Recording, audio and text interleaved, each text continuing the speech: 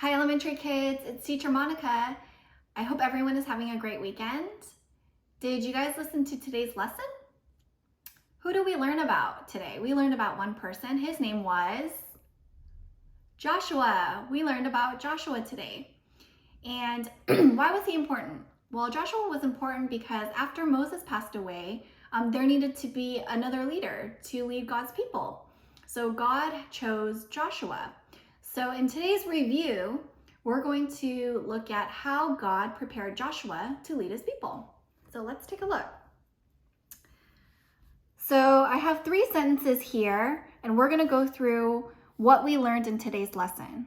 So you guys follow along and try to pick which one was true, okay? So God told Joshua to trust in himself. Or did God tell Joshua to trust in his promises? God told Joshua to trust in the Israelites. Which of these was true? Well, we know that Joshua was a strong leader, but that wasn't the reason why God picked Joshua to lead. Was not because he was the strongest man, but it was because he wholeheartedly loved God and he followed, he was one of Moses's followers. The answer is God told Joshua to trust in his promises. So like he did with Moses, God reminded Joshua of the promises that he had made with Moses, which were promises to bring his people to the promised land, promises of victory over the people that lived in that land, and promised that he would always be with Joshua. Let's look at the next line. Israel made it easy for Joshua to lead. Joshua trusted in God's presence. The Canaanites were afraid of the Israelites. Which of these was true in today's lesson? Well, we know that the Israelites didn't make it easy for Joshua because they were stubborn, they grumbled a lot. So how would that make it easy for Joshua? It was actually a very hard task. There were so many people he had to lead, and so this isn't it.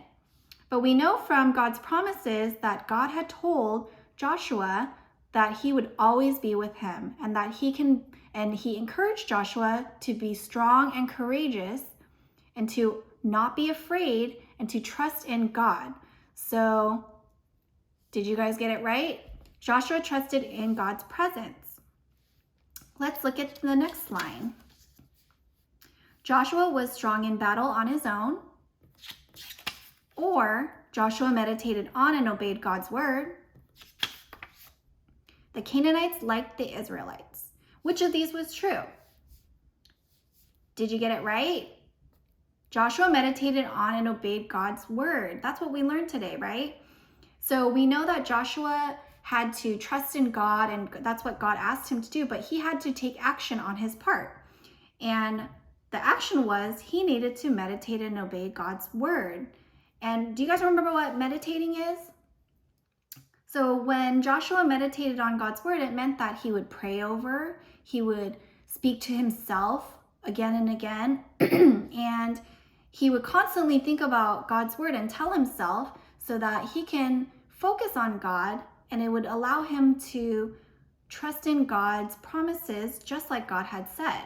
So that is how Joshua was able to be the great leader after Moses.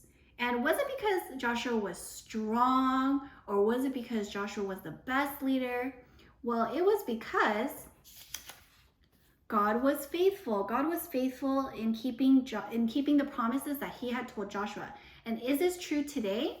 This is true today. God is faithful. So whenever we go through hard times, whenever we are tempted to not listen to our parents, or we're tempted to not be nice to our friends, we need to remember that we can rely on God, that we can also pray and meditate on God's word to help us so that we can ask God to help us trust in him.